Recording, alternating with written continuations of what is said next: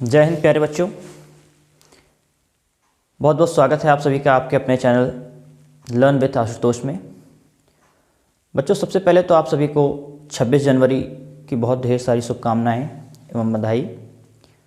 बच्चों, जैसा कि आप सभी को पता है कि यूपी कांस्टेबल के जो एग्ज़ामिनेशन आपके होने हैं 18 फरवरी को, उसके लिए उम्मीद करता हूँ कि आप सभी की तैयारी बहुत ज़ोरों शोरों से चल रही होगी। लेकिन अभी बच्चों समय इतना कम बचा है कि आपकी जो पढ़ाई है उसको और रफ्तार देने की आवश्यकता है, क्योंकि अभी कुछ बचे हुए दिन ही बचे हैं आपके उधर।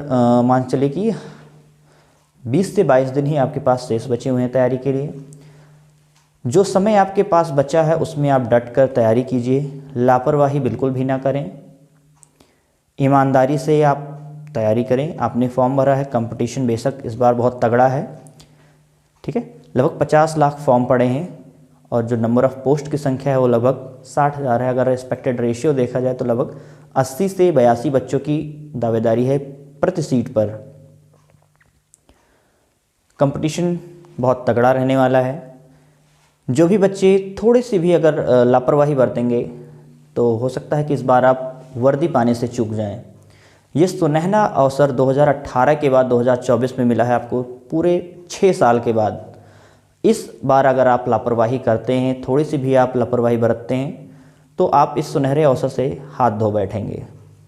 बच्चों, मैं चाहता हूं कि आप सभी इस बार अपने माता पिता के सपने को साकार करें।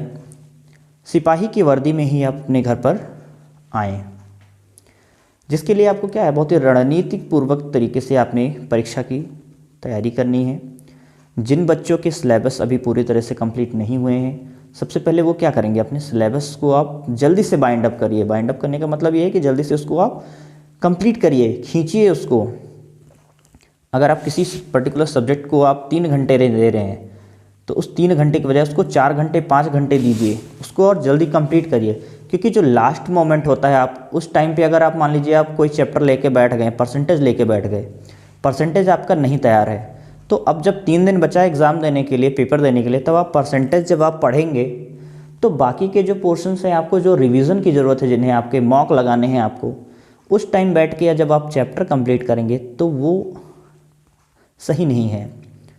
दूसरी चीज़ है, जितने जितने नज़दीक एग्ज़ाम आपका आता जाएगा उतने ऊपर आपके क्या है, प्रेशर बढ़ता जाएगा। प्रेशर बढ़ने का मतलब यह है कि आप परेशान होंगे कि अरे भाई, अभी ये चैप्टर भी मेरा परसेंटेज छूटा हुआ, अभी रेशियो छूटा हुआ है, अभी मुझे वेन डायग्राम में दिक्कत है, असर्शन रीजन वाले पोर्शन में मुझे दिक्कत है। जब यह सब में दिक्कत आपके लास्ट के एग्ज़ाम के 2-4 दिन पहले ये दिक्कत सब में बनी रहेगी, फिर आप सिलेबस को कैसे कंप्लीट करेंगे भाई।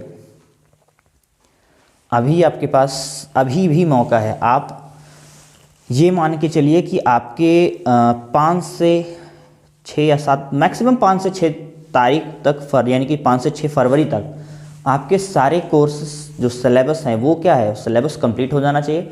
सिलेबस को कंप्लीट करने के बाद आपको सिर्फ और सिर्फ मॉक लगाना है, रिवीजन करना है। मॉक लगाना का है, रिवीजन करना है।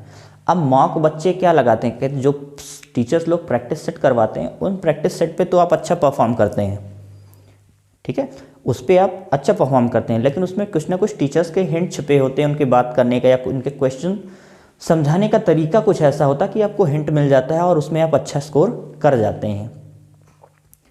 मेरा सजेशन ये है कि आप इंडिविजुअल मॉक लगाइए और फुल मॉक दीजिए। फुल मॉक मतलब क्या है, आप खाली हिंदी का या खाली जीएस का या खाली रीजनिंग का अगर मॉक दे रहे हैं तो वो इतना आपके लिए अच्छा नहीं होगा, ठीक है। उसमें आप बहुत अच्छा अपने रिजल्ट को परख नहीं पाएंगे।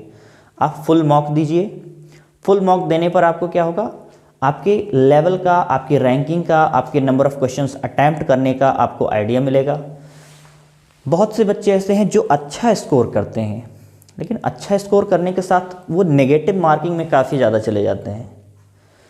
वो क्वेश्चन सही करने के चक्कर में जितने उनको नेगेटिव नहीं करने थे उससे कहीं ज़्यादा वो नेगेटिव कर जाते हैं, और वो नेगेटिव मार्किंग के चलते अपने रैंकिंग को नीचे लेकर चले जाते हैं, धड़ाम से नीचे गिरते हैं।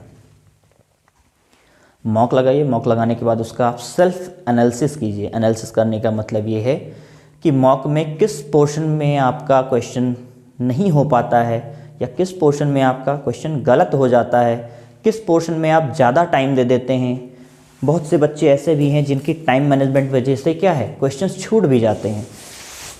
बच्चे क्या करते हैं, रीजनिंग उनको बहुत आसान आती है, वो पहले रीजनिंग लेके बैठ जाते हैं। मैं ये नहीं कहता कि पहले रीजनिंग आपको आती तो आप रीजनिंग मत कीजिए, बेशक कीजिए, जो आपको आता है वो आप पहले कीजिए, लेकिन जैसे जिस पोर्शन में आप ज़्यादा टाइम दे देंगे तो उसके एवज में जो आपके दूसरे क्वेश्चन के लिए टाइम चाहिए वो आपके पास नहीं बचेगा। ठीक है, हिंदी के लिए आपको ज़्यादा टाइम नहीं देना है। हिंदी के आपके क्वेश्चंस जो आएंगे उनको ज़्यादा से ज़्यादा आपको 10 से 12 मिनट में उनको ख़त्म कर देना है। इतना ही टाइम आपको लगना चाहिए जीएस जीके। ठीक है, जीएस जीके भी आपका क्या है 10 से 12 मिनट में ख़त्म होना चाहिए। बची आपकी रीजनिंग और मैथ्स, बाकी टाइम आप इनको दीजिए, आराम से करिए। रीजनिंग में जिन क्वेश्चंस में जैसे मान लीजिए ऑर्डर रैंकिंग है, उसमें अगर आपका सीक्वेंस नहीं बैठ रहा, सीरियल या नंबर सीरीज़ के जो क्वेश्चंस होते हैं उनमें आपके नंबर्स अगर नहीं बैठ रहे हैं, उसमें टाइम आपको वेस्ट नहीं करना कि ये भी तुक्का लगा के देखें, वो भी तुक्का लगाने के चक्कर में क्या है दूसरे क्वेश्चन का टाइम आप खा जाएंगे। ब्लड रिलेशन की मान लो क्वेश्चन कोई आ जाते हैं, ब्लड रिलेशन वाले क्वेश्चन आपको अक्सर उलझाते हैं, उस क्वेश्चन को लगाने के चक्कर में आप दूसरे क्वेश्चन का समय खा जाएंगे। मैथ्स भी अगर आप उठाते हैं तो मैथ्स में क्या है, सबसे पहले आपको क्वेश्चंस के गो थ्रू होना है। जिन क्वेश्चन को आपको आते हैं अच्छे से उन क्वेश्चन को आप पहले से ख़त्म करो। जिन क्वेश्चन में आपको लगता है नहीं हो पाएगा या टाइम लगेगा उनको लास्ट के लिए छोड़िए, आप उनको पहले लेके बैठ जाएंगे तो सारा समय आपका हो जाएगा ख़राब। ठीक है, ये टाइम मैनेजमेंट आपको अच्छे से करना है। अगर आप टाइम मैनेजमेंट ढंग से नहीं करते हैं तो आप पेपर छूट जाएगा। परफॉर्म तो आप बहुत अच्छा कर सकते हैं, यहाँ पे करते भी हैं, लेकिन जब आप मेन टाइम पे पेपर देने के लिए जाएंगे उसमें अगर आप परफॉर्म नहीं कर पाएंगे तो फिर दिक्कत है। और वो सही होगा कैसे, उसके लिए एक ही उपाय है, सिर्फ और सिर्फ एक, मॉक लगाइए। मॉक के जो आपके सब्सक्रिप्शन है वो आपको 100, 150, 200 रुपये में मिल जाएंगे। किसी भी आप प्लेटफॉर्म के उठा लीजिए, जो आपको पसंद हो, जिनके आपको पसंद आते हैं वो मॉक आप ले लो। या मान लीजिए बहुत से बच्चे ऐसे हैं जो मॉक नहीं ले पाते हैं तो वो प्रैक्टिस सेट आप ले लीजिए। 10 पेपर 15 पेपर की प्रैक्टिस सेट भी आती हैं पतली पतली, उन प्रैक्टिस सेट को आप सॉल्व कर डालिए।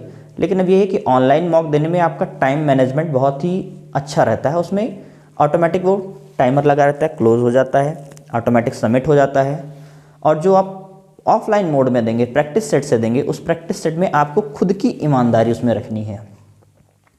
स्टॉप वॉच, घड़ी या टाइमर आप लगा के रखेंगे, उतने टाइम में आपको ख़त्म करना है। या मान लीजिए आप प्रैक्टिस सेट से मॉक लगा ही रहे हैं तो आप घड़ी रख के रखिए और उस घड़ी से आप एक्यूरेट अपने आप को ईमानदारी से मिलाइए कि हाँ हिंदी हम शुरू कर रहे हैं, अभी ये ठीक 10 बजे हमने शुरू किया और 10 पे हिंदी जितनी होगी उतनी होगी, उसके बाद उसको हम छोड़ देंगे, दूसरे पे चले जाएंगे।